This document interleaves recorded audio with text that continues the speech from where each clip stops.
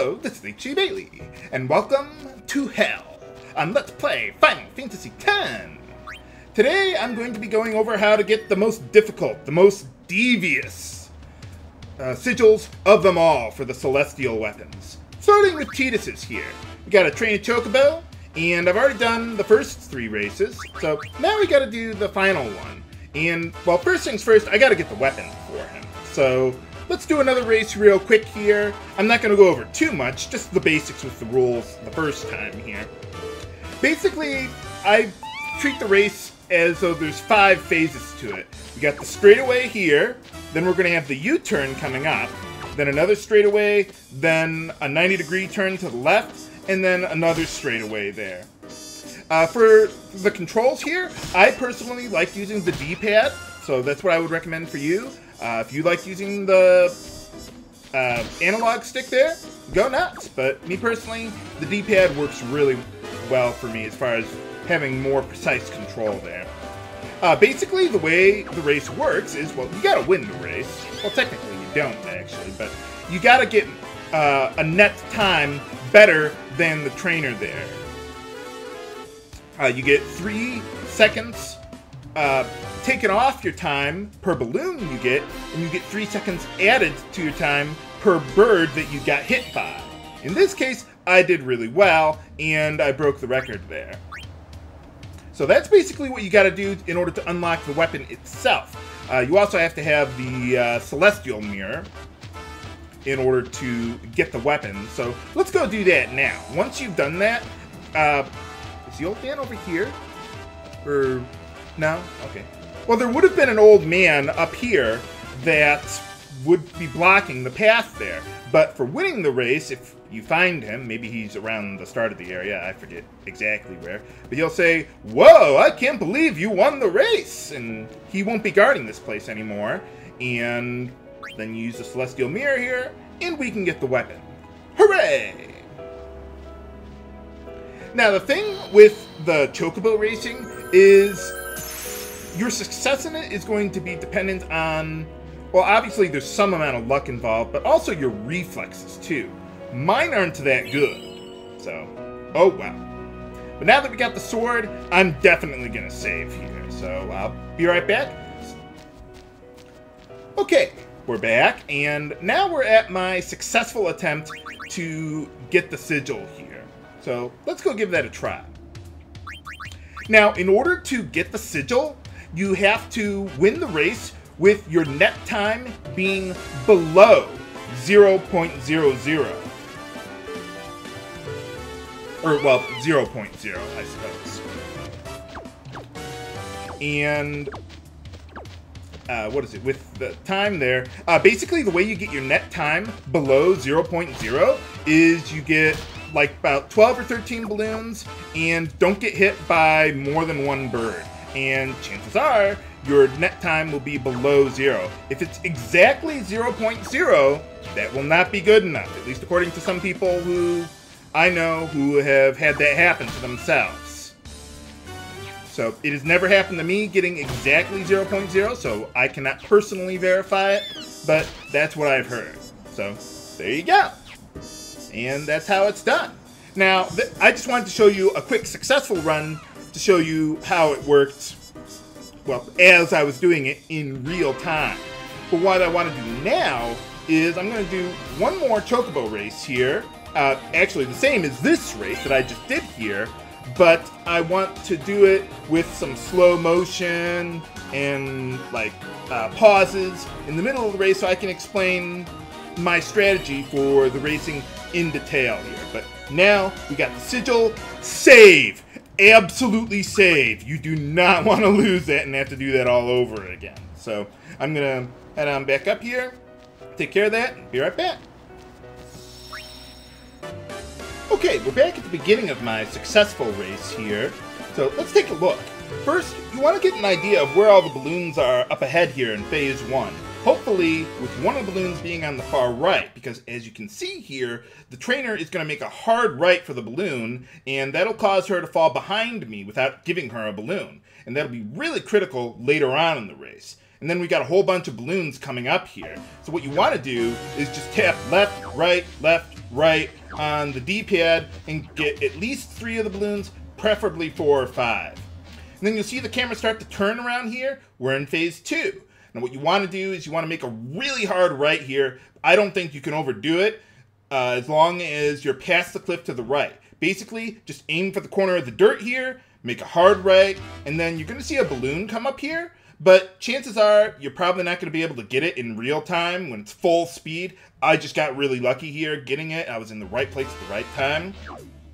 Now in phase 3, survival and speed take absolute precedence. See those birds coming? Love to get the balloon, but I'm going to get hit if I do that. And it's going to cost me not only points, but also more time because I'm going to get stunned. So don't go for the balloon if you know you're going to get hit while you're going to try and grab it. Now what we want to do is we want to get back to the middle here so we'll have room to dodge to the right again. And basically your goal in phase 3 is to build up a huge lead for phase 4. If you can get a balloon or 2 along the way, so much the better, but I wouldn't count it. Just dodge everything. Don't worry about getting balloons here unless it's just wide open like that. Now, once you see the shadow coming up here from the cliff, that's phase 4. You're going to turn automatically, so you don't have to worry about that, like phase 2. But if you've built up a good lead, you probably won't see any birds coming up here. And that's because the trainer is still stuck back there in phase 3 after she got hit a lot. So, and you don't have to deal with the birds targeting both you and her. So if you're lucky, you'll be able to grab a few balloons here. But I guess I used up all my luck in phase 3 with the balloon placement. So just try to dodge as many birds as you can. Get a couple balloons. Okay, I got here, but I'm okay. Just don't lose your composure. You can afford to take a hit. Now, once we're in phase 5 here, where the trainer has gotten ahead of us again, this is basically going to be the opposite of phase 3. You want to go to the left to dodge the birds instead of veering to the right there. Because it's, well, it's just much easier to dodge the birds here because you don't have the cliff in the way there. Now there's, survival takes precedence over getting the balloons, but you should be able to get a couple of them on the left there, depending on where the balloons are. Now this little pothole here, it looks like you can't pass through it, but well, as you can see, you can. Just aim real carefully for it so you don't get caught by it, and voila, there you go, you win. If the trainer will ever catch up with me, that is. There you go. Okay, so that's how you get the sun sigil. At least that's how it works for me. To be honest, I mean, there's just going to be a lot of luck involved depending on where the balloons are placed. So if you've got the patience or if you've just got lightning fast reflexes, well, you'll get there then. But me personally, my reflexes just not that good. So, oh, but I can still do it. So for now, let's take a break from the madness here before going on to another really hard sigil to get. And I'm going to head on back to Macalania Woods to pick up Kimahri's sigil there. Okay, we're back at the last save point in Macalania Woods. And basically what we got to do is we got to do the butterfly hunt minigame again. Except this time, it's going to be much harder. More butterflies, less time to get through it, but we can make it. So I'll just skip to my successful attempt coming up here. Okay, so once you touch that butterfly to start the minigame here, you want to go back up and get a butterfly up there. Yeah, it's hard to see, but it was there. Just trust me. So yeah, that's the really tricky part of this one here. So what you want to do is just go up, hug the upper wall here, like I did not, and then you want to hug the right wall here. There's going to be a balloon or butterfly behind the tree there. Then hug the upper wall to get past those guys. Go below. Okay, I didn't do that. Well, what I was supposed to do was go down below and around the one butterfly there, but I didn't. So, but you can afford to get into one battle, and you should still be able to get to the end in time. The time spent in battle won't count towards that. So then you go up, and then down, and then up again, and then hug the left and upper wall, then go down and right, go left, get the butterfly, go around that butterfly over there, get the one here, hug the lower wall here to get past the one on the right, hug the left wall, go to the right then to get around that butterfly. And then we should be in the clear. There's one more over here. And then we want to go straight up. Watch out for the red butterfly on the right there. And voila! There we go. In case, well, for some reason you couldn't tell, the object of the minigame is to collect the 8 blue butterflies and try to avoid as many of the red ones as you can. If you collect all the blue butterflies within the time limit, you get a prize. In this case, a teleport sphere. But in order to get the sigil for Kimahri, you have to, do both of them in order to get that. So really, the minigame is just memorization and pattern recognition. I don't think it's that hard, but, well, you'll see. So, anyway, for this one, you hug the left wall to start, then you go to the right. Then you go around to the left again, get this one. Now you want to hug the upper wall here, go down a little bit, then go straight to the right, collect the butterfly there, and let's see, go straight right again. Then you want to go like to the upper right to like the corner here, because there's butterflies down there. Go to the right, and then let's see, go around here, hug the lower wall, or upper wall there, sorry. Grab the butterfly there, hug the left wall,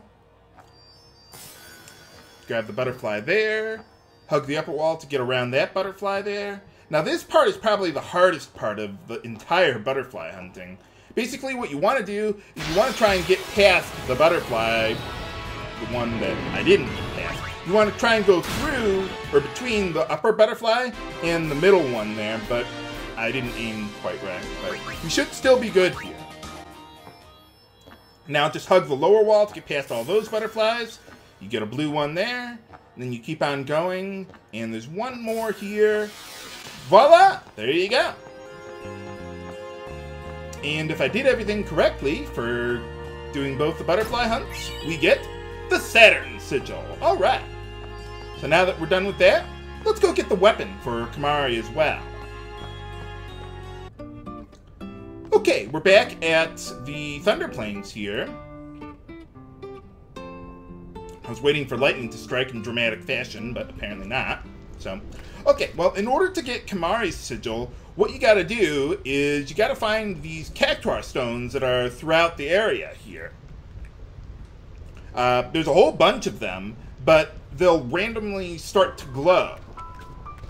And now you probably saw me do that earlier in the LP if you were watching there, but, well, I'll just show you again. I've already done it twice, so all we gotta do is do it one more time.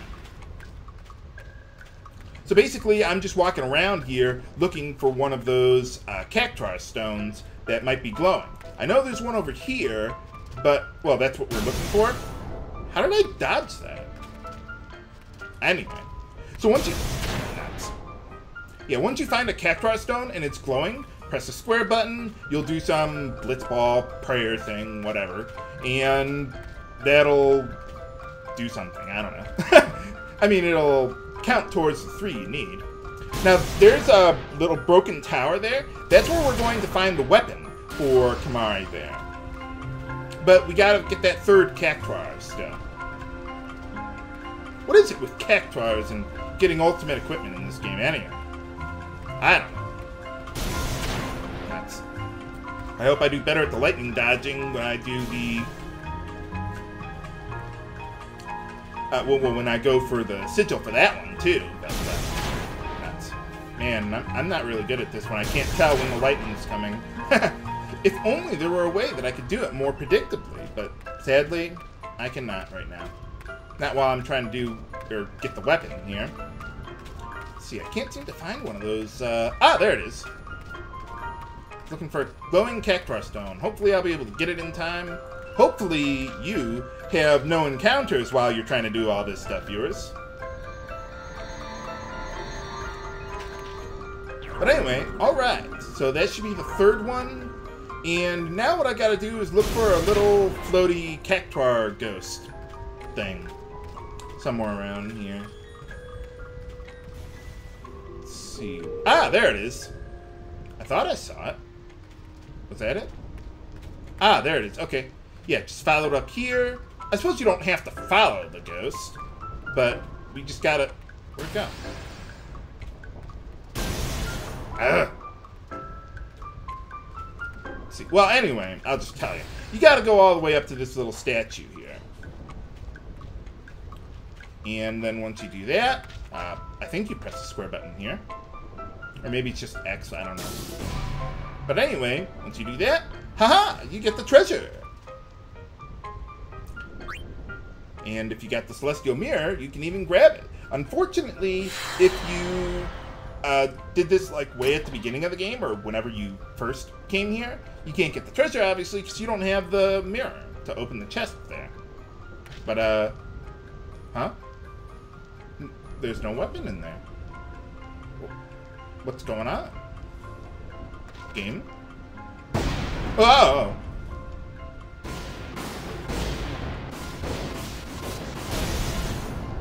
Ah! There we go. I heard this is called the Longinus in other translations, but, well, in my translation, it's the Spirit Lands for Kimahri there. So, alright.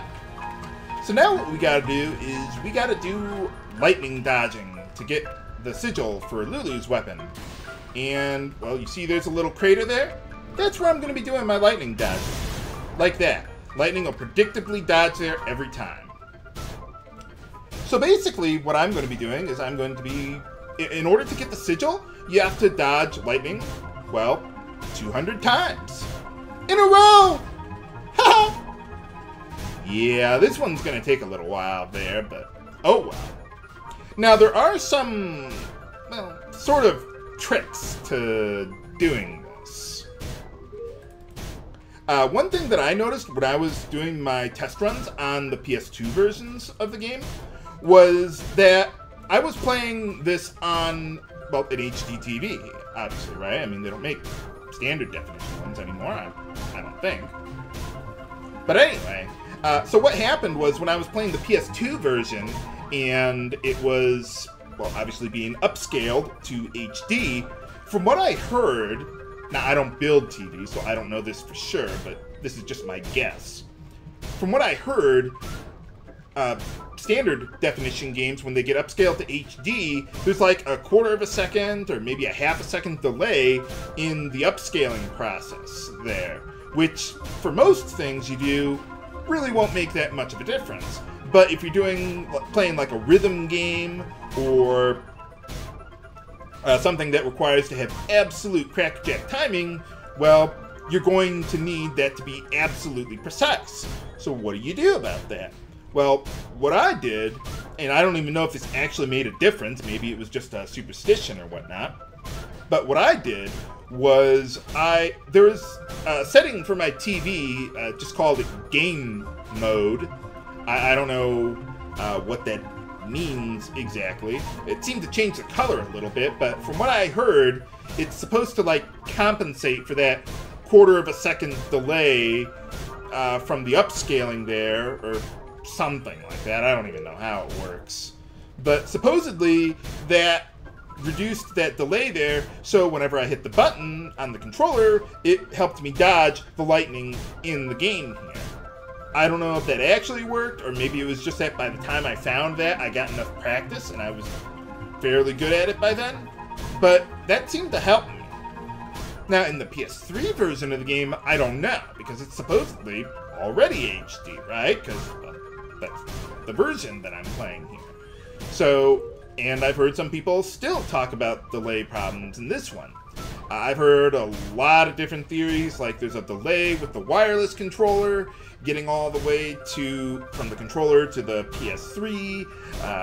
I've heard some people say that the Vita version doesn't have that problem because the game's built right into the button there, so there's no like wireless delay or something. Or some people say if you use a computer monitor, not a TV, you won't have that delay problem or something. I've heard a whole bunch of different theories or excuses or whatever. I don't know. All I know is that with the crater trick here, which I did not personally come up with, I was told about it by a friend, and I don't even know who originally came up with the idea. But basically, you just got the guaranteed lightning strike, so that way, even if there is some delay between the time you press the button and when it actually happens on the screen there, you'll still be able to see it coming. One thing that I noticed when I was doing this was that I actually got up to like 170 before I screwed up. And the reason was because I was so focused and so intense on the lightning dodging here that I was sitting on my left foot the wrong way, and the circulation was getting cut off there. And it started affecting me right around like 170, and then I screwed up. So, I mean, the trick, there really is no trick beyond using the crater here. Just, you know, make sure you're really absolutely focused, no distractions, and then you should be good. Now, if you were actually somehow counting there while I was doing that, you'll notice that I did a lot more than 200 lightning dodges. The reason is because, well, I don't know, maybe I miscounted, maybe I, you know, skipped 10 or 20 in there or something or other. So basically what I like to do is I like to do 220 lightning dodges if I can, but 200 really is what you need there in order to get the Venus sigil for Lulu there. So, finally, it is done. It is all over. I've gotten the worst of the worst sigils in the game. Never have to do that again. Oh, thank goodness. It's all over. So hopefully my uploading schedule for this LP will be much more consistent now. I mean, there is still going to be some stuff that I've got to do off screen that's going to take a really long time. Like, well, to get Waka's sigil, an ultimate weapon, I got to do a whole bunch of Blitzball. That's going to take me several hours. Got to do a lot more monster capturing. That's going to take me several hours. And not to mention stat maxing for the post-game bosses, Dark Aeons, Monster Arena, you name it. So we've still got a long way to go. But fortunately, all the really hard stuff is done. The rest of the stuff, it's just going to take me a really, really long time to do. But I'll get there eventually. It's easy, it's just going to take a while, that's all. But can we win the Blitzball tournament to get the ultimate weapon in the game for Waka? Find out next time on Let's Play Final Fantasy X. This is H.G. Bailey, signing off. Have a good day.